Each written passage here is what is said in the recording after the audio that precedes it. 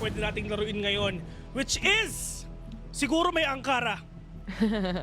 Most probably. First pick pa nga by Motomac Gaming. And Compound, yet again, is gonna show up pagdating dito sa map pick and ban natin na pinili ng Sunday Shrooms. Decider? Magugulat pa ba tayo? It's gonna be Port. Port na nga talaga. Doon sila magkikita-kita mga tropa, pero dito naman ngayon sa kabila sa compound is medyo napanood din natin dito yung ang Sunday Shrooms sa Angkara compound. Ito ba yung nalaruan ng Sunday Shrooms kanina, Bessie? Same maps, no? Nagpalit-palitan lang. I think Port yung naging una nila, tapos Compound. Hindi ko na maalala exactly kung ano yung pagkakaayos. Basta sure ako na hindi pa tayo nag-i-Eagle Eye Mexico at Black Widow. Oo. That is literally like 4 hours ago. Matagal-tagal na rin yun, guys. Parang napag-iwanan na. Pero ang importante, syempre, dito sa map picks and bans natin, makikita natin na Motomac Gaming, sila ang unang pumili ng mapa dito. So obviously, comes to that advantage of, you know, making sure na makuha mo yung first map and take it away from a team like Sunday Shrooms na kaya talagang gumapang at makakomeback. Laking bagay. Yeah. I mean, they know it already. Same maps, kumbaga, same play style yung mga talaga pwede nga natin makita dito. And for the side of Motomac Gaming, talagang nasa kanila na yun kung paano nga nila i-approach itong Sunday Shrooms. Kasi it's just them though na laruan nga lahat ng mapa na to. And for Sunday Shrooms, they have a lot of minutes or hours na nag-usap-usap nga like what you've said. And doon sa entirety ng oras ngayon, for sure, full mental reset, nagpapainit ng tutok, siguro nag-dinner na rin sila para dire-diretso na yung laban. And lalong-lalo na to, yun yung isang factor din sa totoo lang nagpahinga ang Sunday Shrooms. So, dalawa lang yan, men. Nawala yung momentum kanina or nagpahinga sila, itutuloy ulit nila. Yun na yun. I think sila lang din ang makakasagot niyan once na makita natin sila mismo sa laro na nga. But also at the same time, it's the first game that Motomac Gaming is playing dito sa ating series and the only one that they have actually. So agad-agad napaka-importanting series na makuha agad to. Wala nang warm-up phase para sa kanila kagaya ng Sunday Shrooms kanina, 'di ba? So it's a big risk, especially para sa team na magkasunod sa leaderboards natin kung tutuusin. It's also a matter of, syempre, kahit nasabihin mong hindi ka makapasok sa playoffs, dito, 4 lang yung teams na makakapasok. Where do you stand in that kind of leaderboard sa buong Pilipinas? I mean, at least, matik na yung top 8 ka sa buong Pilipinas. At least. At least sa top 8 ka. Ibig sabihin, sa libo-libong clan dito sa Pilipinas, pang top 8 ka. Tama. Tapos, yun yung mga bagay na hindi mo maaalis sa positive sa mindset lang. Men, kahit anong mangyari, top 1 tayo sa mundo natin, mga ganun. Siyempre, kwento nila yun, di ba? Ikaw best, top 1 ka, di ba? Oo, last ako. Ako rin Pero, ayun nga, I mean, dito sa side ng Motomac Gaming, and of course, dito naman sa kabila, sa side ng Sunday Shrooms, sila na lang ang makakasagot niyan. Sila na lang ang pagsabi kung sino pa talaga ang pinaka-solid sa kanilang dalawa. Wala nang intro, Bessie. Eto na. Game na. May tinintrohan natin ng matagal-tagal. Chumat, QT, kalahati na agad ang buhay. At si Cram, galit na galit na. Gaining that double kill. At least the advantage pagdating sa manpower, kompleto na. It's a 2-to-1 trade that we've seen. Pero itong pagpasok nila mga tropa, pagdating naman dito, Diyos ko, yung dalawang players nga ng Sunday Shrooms na wala na. Pero si Cram babawi siya. Cramming his way. Papunta nga sa pagkapanalo para Cetra, 1-to-1 trade for himself. Si Evie bawi. Cetra follow-up, 3 versus 2. Still in favor of MG. A minute 40 seconds, medyo mahaba pa yung oras nila. Pero look at that. Ang pag-advance, pag-overextend dito ng MG in terms of information, ang dami nilang nalalaman dyan. And in terms of map control, kuhang-kuha nila yan. One thing's for sure, secured yung kanilang A-long dito. Aside from that, they still have control when it comes to mid. So, heavily aware ang mga players ng Motomac Gaming dito na it's probably gonna be that B-side take. They're just waiting patiently for any noise possibly, o kaya naman any initiating fights and angles mula sa players natin from Sunday Shrooms. At una na nga nilang nakita dito si Cetra. This gives info at makikita mo yung hold ni Vincent dito as well na parang, okay, I got the info, I'm good with that. Dire-diretso nga talaga sila, pero 50 seconds in mga tropa, yung mga players dito ng MG unti-unti na pumapasok dito. Tamang sound cues lang kailangan nga nilang makuha, pero sasabihin natin ito ang approach na pinapakita ko ng Sunday Shrooms ever since nung napanood natin sila, nung una pa rin natin sila nakast Bessie, ganun pa rin naman talaga na it's all up to the patience play na kailangan mo rin talaga i-consider, but it's all up to Cetra, the clutch master. Mga tropa, tignan natin kung makakayanan ba niya. Yung isa nagpakita na patalon-talon pa, pero yun ang ngayon wala nang intro-intro. Pinant na niya itong C4, nilabas ang pistol niya, dire-diretso niya kasi kailangan niya i-force yung 1v1. Pero sabi ni Vincent, hindi na. Diffuse na lang. 20 seconds remaining para makuha sana yung pagkakaplant na yun. Pero it also gave information towards Vincent completely. 2 players ang hinahanap nila and 2 players ang bibigyang impormasyon ni Vincent dito. Oo. Men, talagang in terms of information, in terms of aggression, talagang nagpupush na rin talaga dito ng MG. They're really confident na talaga na to take on to the fights. Pero, ay nako, yung pupuntahan nga nila, mamaya na lang muna. Sabi ng Sunday Shrooms, kita-kits. yung C4 nga, nasa spawn pa nila eh. Sa base pa, di ba? Oh. I mean, what do you expect? It's the same playstyle na nakita natin kanina from Sunday Shrooms. It's such a slow-paced kind of gameplay na napapanood natin mula sa kanila. And yung aggression na yan, makikita lang natin once na parang nauubusan na ng laman yung stratbook. Pero so far, kung ano man yung gumagana, eh yun muna, default muna ang hinahanap nila. They wanna make sure saan nga ba nagtatago possibly mga players. At isa ang nakita nila, si Evie. But Kid from Tondo, siya mawawala dito. Evie is super low right now, pero onto this approach, lahat pa talaga ginagawa pa nilang luneta yung buong Angkara mga tropa. 4 vs 5 already, Flash will connect on to these players, kalmado lang sila, yung MG, ubos pasensya mga tropa, Chumat Curie will catch one, and ito yung maganda nga sa pinapakita nila Bessie, no? They're really strong on fishing the kills, taking on to the fights, pickoffs as well, and catching them off guard. That's why mas gusto nila yung ganitong approach, yung mabagal. Pero pagdating naman dito, nagulat na lang dito si Cram na hala, dalawa pala yun, 2 versus 4. Walang malakas na dalawa. Tapos yung natira pa na iisang player dito ay yung piso na lang, yung natitirang buhay. Multiple kills coming in from Cetra out there in that round itself dahil dun sa pistol niya. At talagang na-clear out, especially thanks dun sa kanyang mga kasabay din at kasama pumasok sa loob ng site. But this is exactly what Sunday Shrooms was looking for. This is exactly why they also play for default dahil kaya nilang makapitas at kaya nilang mahanapan ng butas yung Motomac Gaming. Ito na nga yung butas talagang kailangan nga nila makonsider at lalong-lalo na decide nga dito ng Sunday Shrooms. Nagkita na silang dalawa, Chumat Curie will catch one, hindi lang isa. Si Suna makakaisa din siya.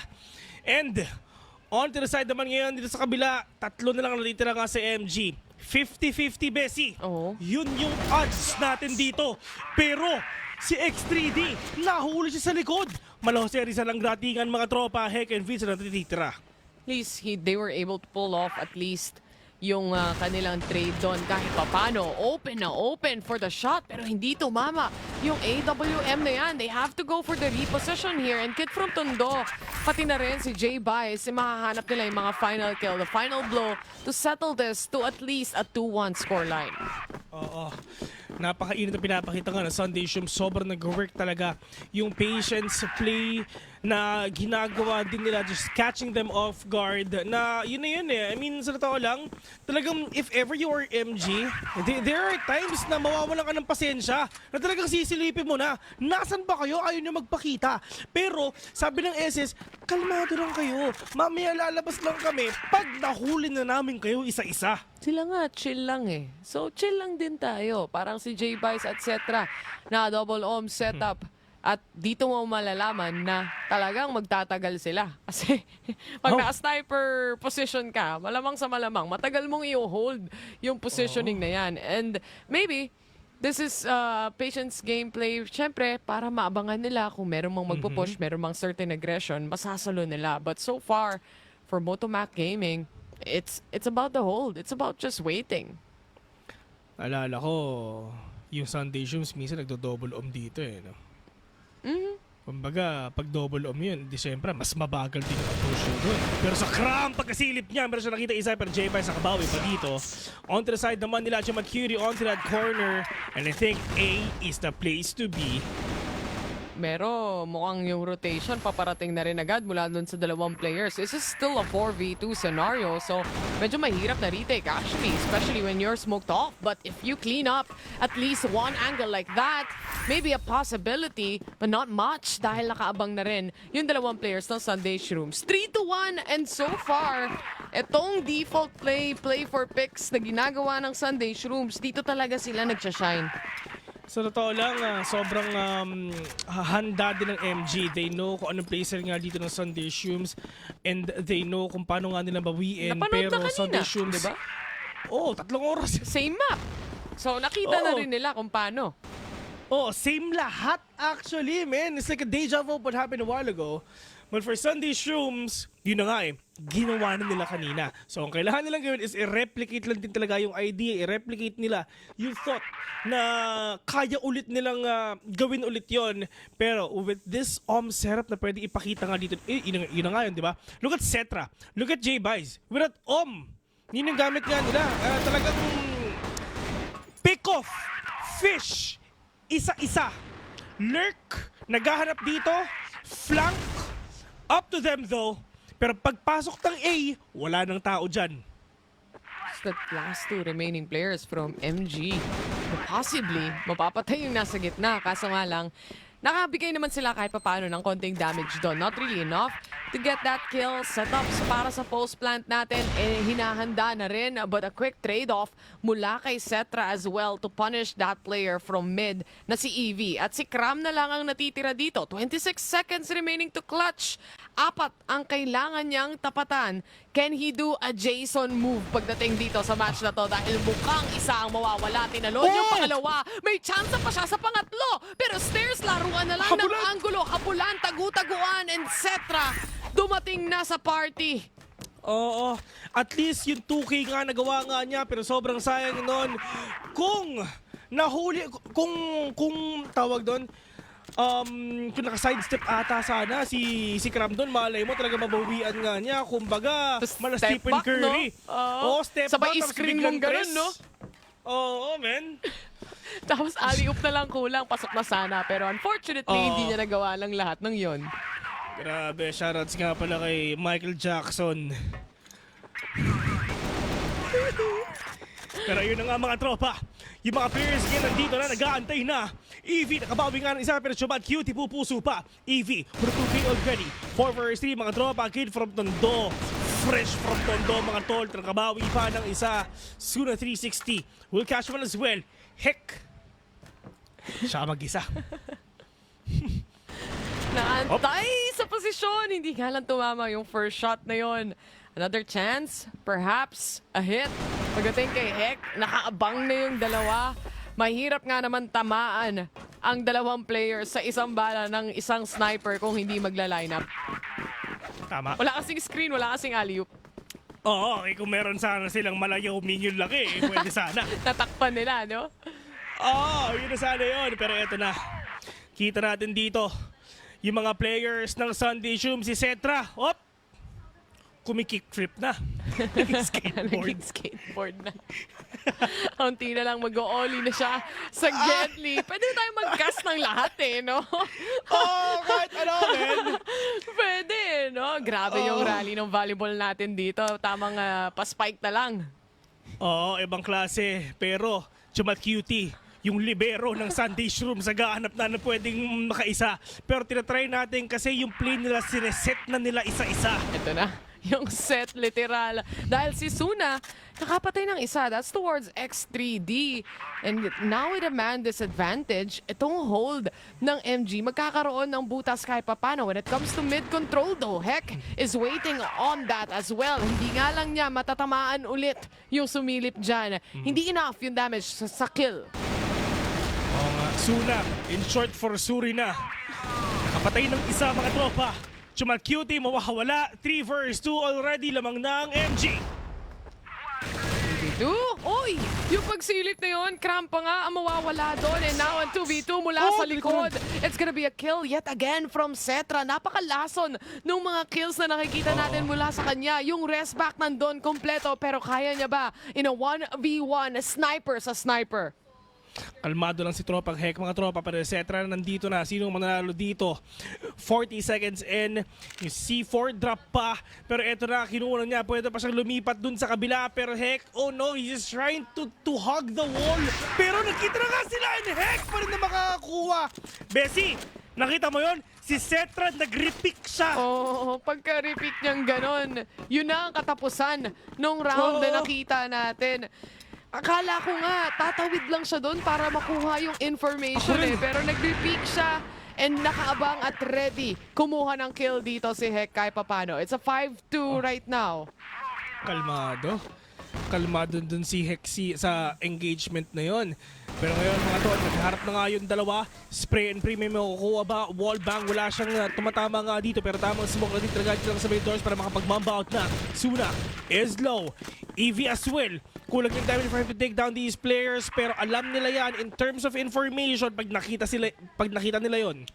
Parehas sila ng iniisip, parehas sila ng damage, parehas silang umatras. Great minds think alike talaga, ika nga. And at least, pantay pa rin ang laban dito. It's still a 5v5, Heck. In a good position though, kung sakali mang may lumabas pagdating dito sa tunnel, siya ang makakasalubong. Meron bang magiging flash play? Meron bang magiging utility play? O magiging swing lang to para sa kanila? Paano nila to sosolusyonan, tropa? Handa na yung pagpasok dito ng mga players nga ng ng Sunday Shrooms, to the fact na medyo mabagal din ang approach nila, pero in terms naman nga sa sinasabi natin lagi na decision making, they know what to do as well. At nauhuli nila biglang MG.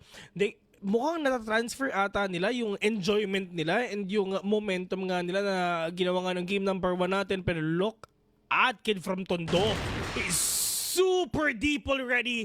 Pero Suna 360, ma-shutdown nila yung isa. Pero X3D nakadalawa pa.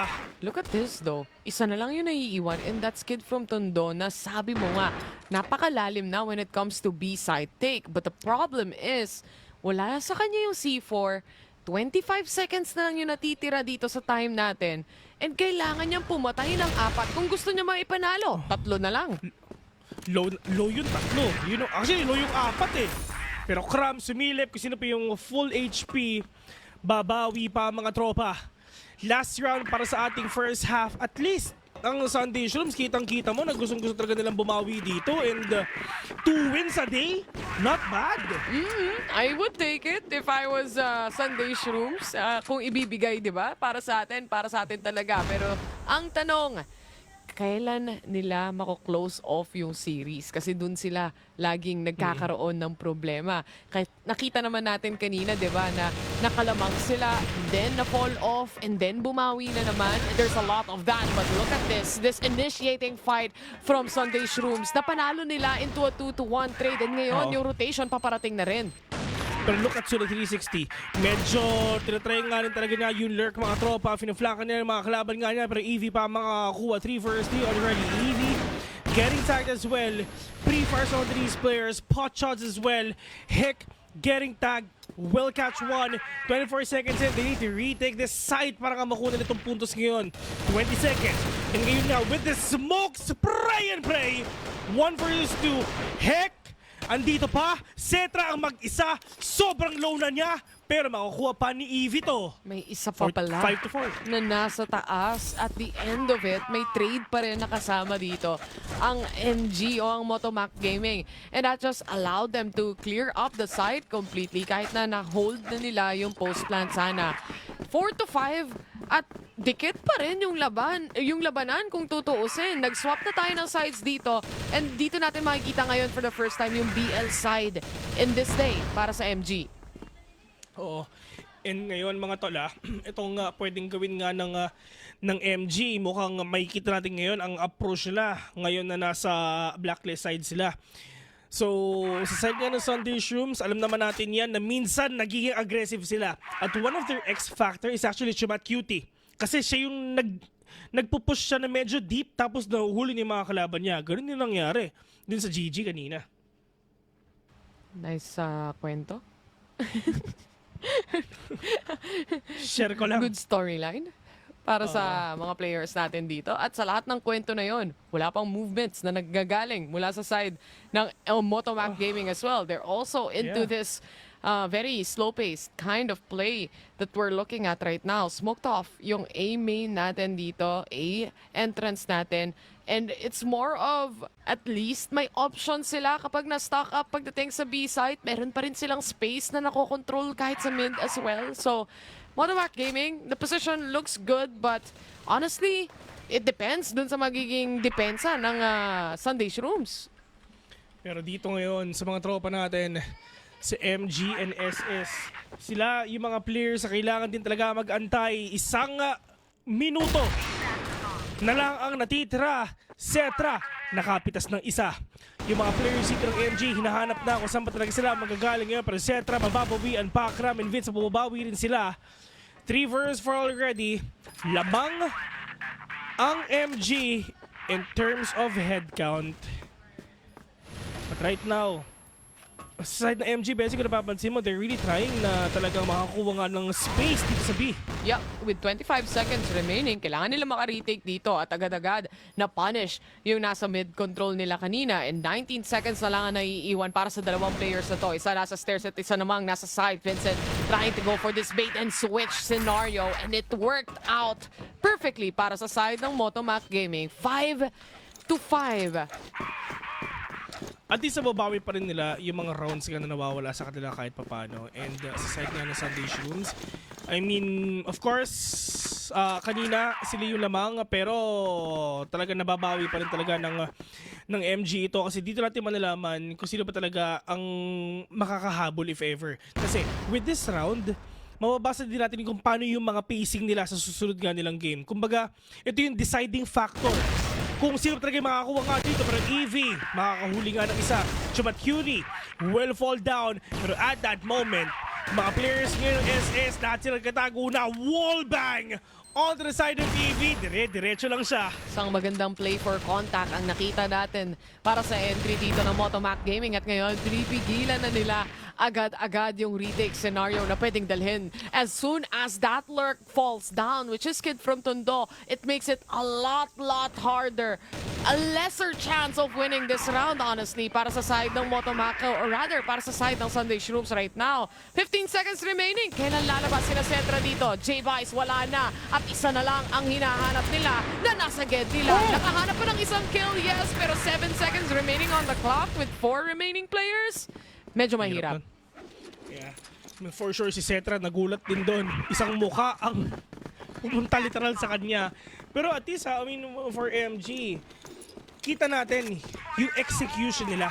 Meron silang set play dito, Bessie, na nag-work dito nga sa Sunday Shrooms, and ibang-iba yung playstyle nilang dalawa. Pero si Suna 360, tinitignan niya kung kaya niya pitasin ng mga kalaban niya, pero ito naman yung ginagawa nila. Isa-isa na naman silang pumasok. Yung dalawa na sample na 3 versus 4 ng mga Sunday Shrooms. Nag-pay off yung pag-take up ng space dito ng Sunday Shrooms. And dito mo na makikita yung difference, no, na a while ago for Motomac Gaming, it's all about waiting patiently, deeper ends of the site, and maybe onto spawn even. And for Sunday Shrooms, they're willing to take up much more space compared sa kanila. You could see Kid from Tondo na napakalalim na para sa Oo. BL Spawn. And this might be Oo. critical para sa magiging play na gagawin nila unless mahuli siya. Wala silang ka-idea na mayroon pang tao sa likod. And yun na nga, nakita na nga sila. Mag-i-swing ba? Oh! Heck! Catching J-Vice ngayon, pero meron pang isa. Eto open pa yung thought si Kid from Tondo. Wala pa silang idea na mayroong likuran Pero with this aggression, Viz gonna push in already. Putting it on 2 versus 2. Meron pang tao sa may likuran nila. So sobrang delikado kasi nga si Kram, he's out in the open already. Inaabangan niya yung lurk.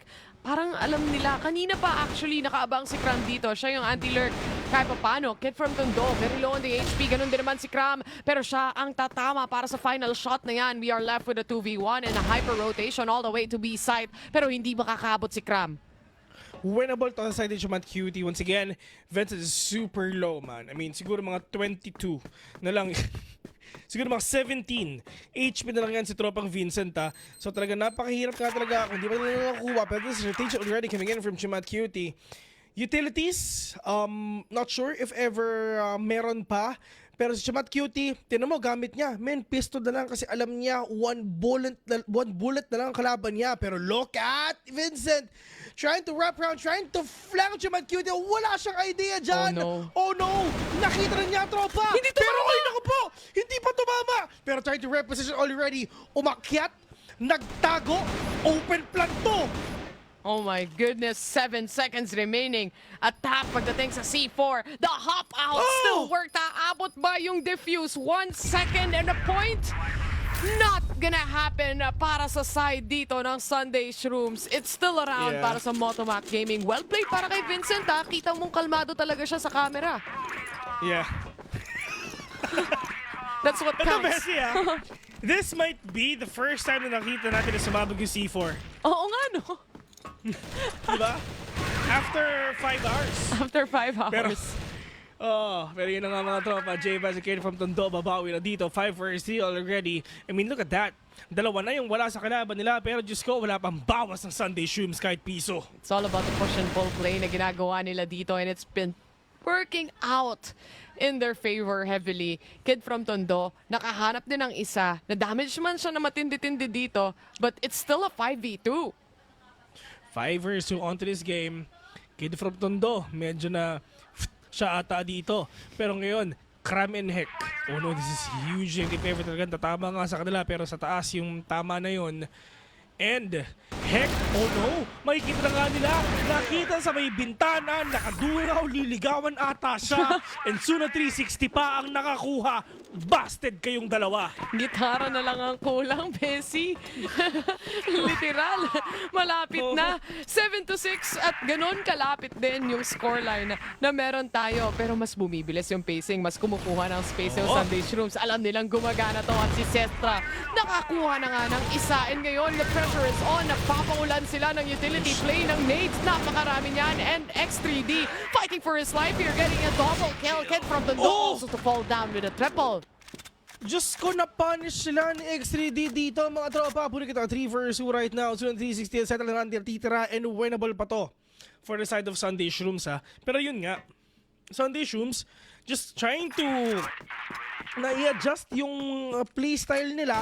Pero for MG, I think they know kung ano yung baka pwedeng gawin nga dito ng Sunday Shrooms. Kasi nga, talagang there are times na sobrang aggressive nila. There are times na talagang hindi. And for this, it's just Setra all alone. Gusto ata niyang mag-ninja defuse doon, pero yung setup ng smoke, I mean, it helps him a little bit, but at the same time, Vincent was waiting there patiently. At alam naman natin kung paano mag-hold si Vincent ng kanyang post-plant scenario. Talagang kung oras lang na kailangan mo mag-swing, dun lang siya mag-swing. Oo. Talagang, kumbaga in terms of timing, talagang kuhang-kuha na nga rin talaga niya. Disiplina, kumbaga. No overheating. Yan lang importante. No overheat. And overextend as well. Ba ikaw ba naglalaro, Bessie, ng CF? Lagi ka nag-overheat? Siyempre. Gusto ko po. Ikaw o PC mo? Hindi ko alam kung depende kung sino mauna sa kanila. Di ba? Oo, yan. Bahala na, Bahala no? na. Depende na lang. RNG na lang. Same, di ba? Oo. So, at least para sa mga players, puti pa sila may disiplina. Oo. Ako kasi wala.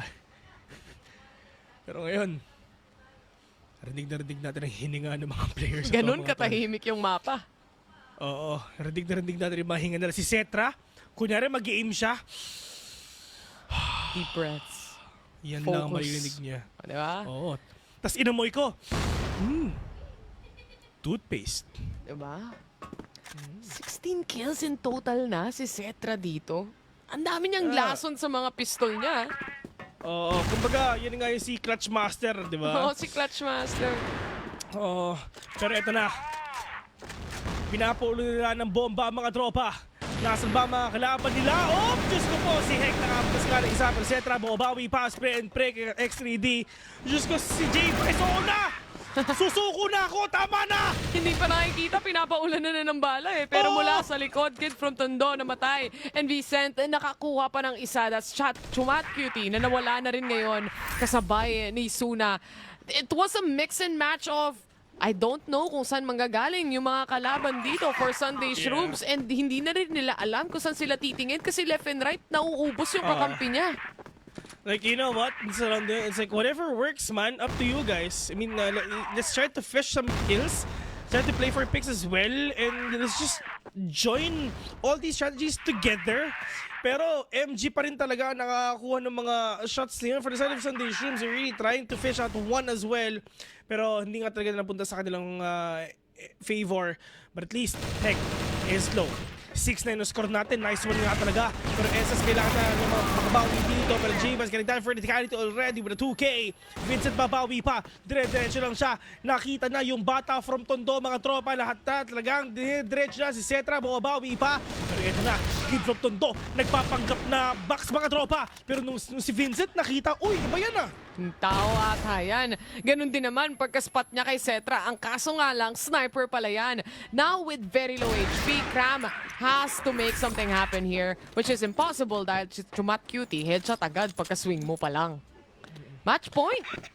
Match point already for the side of MG. You know what? I really thought that SS can get it. Pero it's just a quick turnaround of events pagdating nga sa MG. Talagang kumbaga, yung playstyle nilang dalawa, night and day. Apples and oranges, cross and fire. Literal. Parang M4 to the A1, di ba? Ang nakikita natin dito. Pero mahahanap ba M4 to the ang... A1. Makakahanap ba ng kill? Itong AK to the 47? Uy! Mukhang hindi. Popcorn ang tinignan niya. Diyos ko po, heck with the tres, men. Si Suna na stress. Pero ngayon, MG, dire-diretso lang siya. Heck, nakabawi pa si Chumat Cutie, tumumba. Sobrang low HP na niya kung tutuusin ha. Pero nakakahanap pa talaga siya ng mga kills dito. Ganon din si Cetra na really doing a good job being almost as if invisible when it comes to this map. Parang yung mga kills niya hindi mo man makita sa camera mismo but it is very impactful for the entirety of the team. Pero nga lang, as soon as I say that, isa na lang ang natitira at si Kid from Tondo yan. Nakuha niya yung isa, si Heck nag-aantay pa rin pagdating sa mid-control niya. Pero si Vincent, alam na natin ang paboritong posisyon niya. Of course, hindi siya aalis dyan mga tropa. Aantay na si Kid from Tondo kasi alam ko magpapakita ka and heck, ang makakakuha